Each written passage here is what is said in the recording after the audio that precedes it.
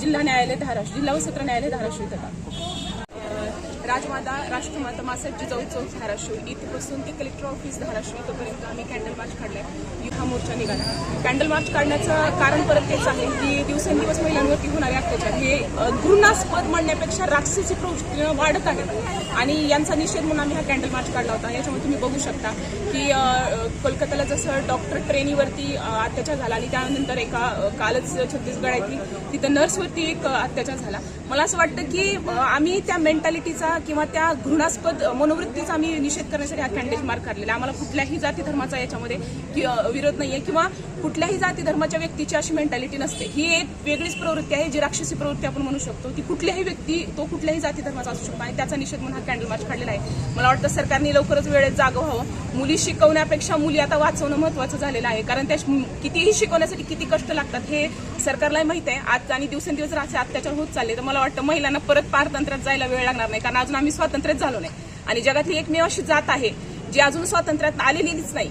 जर तुम्ही म्हणत असाल की देश स्वतंत्र झालाय तर मला वाटतं असं काहीच उपयोग नाहीये ह्या गोष्टींना बोलण्यामध्ये कारण ह्या व्यर्थ गप्पा आहेत. बाईची जात किंवा एका महिलेची जात ही अशी जात असते की ही अजूनही पारतंत्र्यामध्येच आहे आणि मला वाटतं की सरकारने लवकरात लवकर यावरती स्ट्रॉंग भूमिका घ्यावी आणि अशा आरोपींना मला वाटतं एखाद्या बाबतीत जर फास्ट ट्रॅक खटला चालवून जर एखाद्या आरोपीला अशी जर शिक्षा जर दिली गेली तर मला वाटतं बाकीचे 100 जण सुधारतील. पण सरकार जर असं निष्फळ राहिलं किंवा सरकार असं निष्क्रिय राहिलं मला वाटतं ह्याचा कळकळीच काही परिणाम होणार नाही. सरकारला कळकळीची विनंती हात जोडून की प्लीज हे अत्याचार थांबवा. मी एक ॲडव्होकेट आहे. मला वाटतं मी बोलणं चुकीचं असेल पण मला वाटतं सेल्फ डिफेन्स हा प्रत्येक महिलेचा अधिकार आहे, प्रत्येक मुलीचा अधिकार आहे आणि मी माझ्या प्रत्येक मुलीला, बहिणीला, आईला, मावशीला, काकीला, आजीला सुद्धा कारण 80 आणि 85 वर्षाच्या म्हाताऱ्या बाईवरती पण अत्याचार होत आहेत आणि 3 महिन्याच्या बेबीवरती पण अत्याचार होत आहेत. मला असं वाटतं सेल्फ डिफेन्स हा आता तुमचा फंडामेंटल राईट आहे आणि तो तुम्ही इन्कल्केट करणं किंवा इम्प्लिमेंट करणं सगळ्यात महत्त्वाचं आहे. कारण किती दिवस तुम्ही असं फक्त विरोध करणार, विरोध नाही, आता परत आपल्या हातामध्ये आपल्याला सेल्फ डिफेन्समध्ये आपण उतरणं गरजेचं आहे. मुलींनी न लाजता न घाबरता त्यावेळेला तुम्हाला जे योग्य वाटेल तुम्हाला स्वतःला बचाव करायसाठी त्या सगळ्या स्टेप्स घ्या. आम्ही ॲडव्होकेट आहोत, पुढे आपली न्याय व्यवस्था आहे, पुढे आपलं पोलीस प्रशासन आहे, त्याबद्दल भूमिका नक्कीच स्ट्रॉंग घेऊ आम्ही. म्हणजे माझं म्हणणं आहे सर मुख्यमंत्री साहेबांना आहे की जी लाडकी बहीण योजना काढताना ती बंद करा आणि या बहिणीचा बचाव करा. तुम्ही या योजनेच्या नादात राहिलात आणि इकडे एका बहिणीचा रेप झाला. 3 महिन्याचे बाळ, त्या डॉक्टरची काय चूक? बरं डॉक्टर जीव वाचवण्यासाठी आहे. मंदिरात रेप होतात, दवाखान्यात रेप होतात, कुठेही रेप होतात. महिला कुठं सुरक्षित आहे हे तुम्ही आम्हाला सांगा. आणि हर घर तिरंगा योजना आपण गेल्या वर्षी पण त्याचं हे केलेलं आणि ह्या वर्षी पण केलं. मग त्या तिरंग्याचं स्वातंत्र्य कुठे आहे? आम्हाला स्वातंत्र्य द्या ना. कशामुळे आम्हाला स्वातंत्र्य नाही? प्रत्येक वेळेस आमचा रेप आमच्यासोबत म्हणजे मुलांना मनाला वाटून तेव्हा त्यांनी आमचा रेप करायचा, आमच्या मनासोबत खेळायचं, काही करायचं त्यांच्या मनासारखं का प्रत्येक वेळेस? मग स्वातंत्र्य आहे ना, मग कसं स्वातंत्र्य दिलं तुम्ही आम्हाला? कोणत्या गोष्टीचं स्वातंत्र्य दिलं? तर नरेंद्र मोदी साहेबांना सुद्धा निवेदन आहे की ह्या म्हणजे ज्या मुलींचा रेप झालाय तुम्ही एकाला फाशी द्या ना. एकदा ट्राय तर करा, एकाला फाशी द्या. परत कुणीही डेअरिंग करणार नाही की या मुलीचा आपण रेप केला पाहिजे. तुम्ही फाशी देत नाही. आज रेप करणार, उद्या परवा दिवशी तो मुलगा बाहेर येणार. कशामुळे येणार? पैसे भरून येणार. काय येणार? कारण तुम्ही त्याला शिक्षा दिली नाही ना. शिक्षेत पात्र ठरवा त्या व्यक्तीला. त्याला डायरेक्ट फाशीच झाली पाहिजे आणि मुलींनी स्वतः प्रोटेक्ट व्हायला शिकलंच पाहिजे काहीही झालं तरी. ह्या रेपचं कारण मुली सुद्धा आहेत काही वेळेस कारण त्या स्वतःचा बचाव करत नाही. तुम्हाला त्या सिच्युएशनला जर एखाद्याचा झालं तरी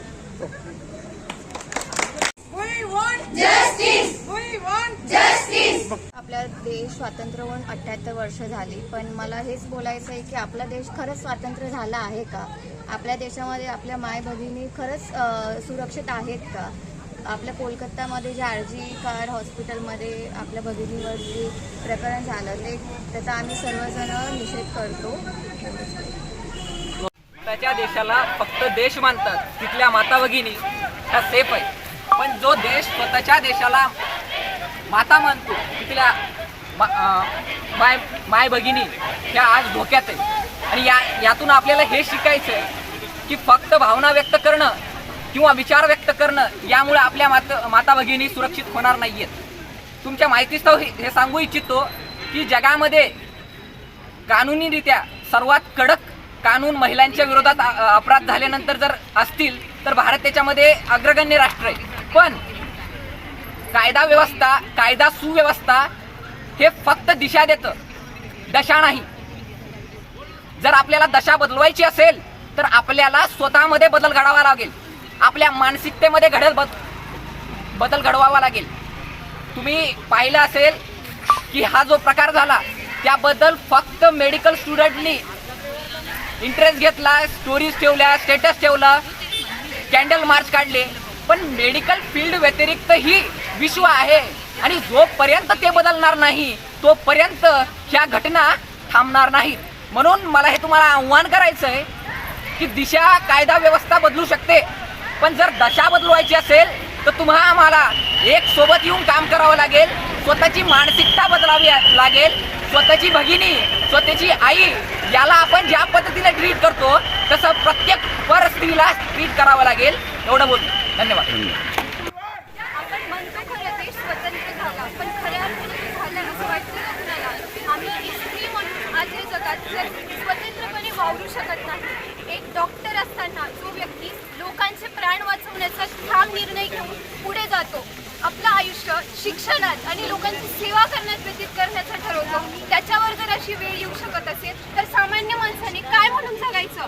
काय अधिकार स्वतःच्या मनात बाळगायचे? भारतासारख्या स्वतंत्र देशात आपण म्हणतोय इथं डेमोक्रेसी आहे म्हणे, का तर लोकांची मनं सुद्धा जपली जाऊ शकत नाही तिथं. एक मुलगी साध्या शिक्षण करून लोकांची सेवा करण्यासाठी तिथं होती, पण का तिचा जीव सेफ नसू शकताय तिथं? 36 तासांची ड्युटी करताना एक इंटर्न, एक डॉक्टर खूप मनस्तापातून जात असतो, पण तरीही तो कधीच विसरत नाही की मला लोकांची सेवा करायची. पण तीच लोक ज्यांची ती सेवा करते ती तिची सुरक्षा पण नाही करू शकत. काय एवढं? आम्ही काय मागतो तर बेसिक सेफ्टी आहे, ती पण जर नाही भेटू शकत तर हा देश स्वतंत्र म्हणण्यासारखा नाही आहे. आता तुमच्या मागण्या काय आहेत? आम्हाला फक्त स्वतःची सुरक्षा, जेव्हा आम्ही बाहेर पडतो तेव्हा आमच्या आजूबाजूची जी लोक असतात त्यांनी आम्हाला सेफ फील होऊ द्यावं. आम्ही जेव्हा स्वतः काही करण्याचं ठरवतो, आज शिक्षण घेतोय, पुढे चलून काम करू, ते काम करताना त्या ऑफिसमध्ये, त्या वर्कस्पेसमध्ये आम्हाला सेफ्टी हवी. बेसिक सेफ्टी की आम्ही स्वतःचं मत तिथं मांडू शकतो, ते पण मुक्तपणे, तिथं आम्हाला जज केलं जाणार नाही. तुम्ही जे इथं जस्टिससाठी थांबला आहात, आता गव्हर्नमेंटने तर भरपूर काही असे कानून केलेले आहेत, तरी तुम्हाला का असं वाटतं की जस्टिस अजून व्हायलाच पाहिजे किंवा जस्टिस होणार नाही असं का वाटतं?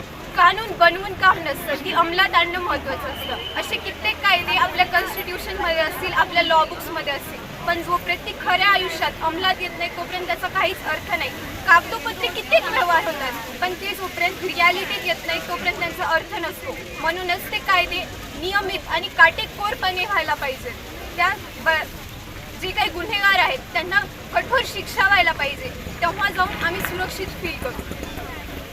एवढा एकच बेसिक संदेश देऊ इच्छिते की तुमच्या आजूबाजूची जी कोणी लोक असतील त्यांना आदराने वागवा. त्यांच्यावर काहीही बोलणे किंवा कसंही वागवणे हा पर्याय नसतो, ही माणुसकी नसते.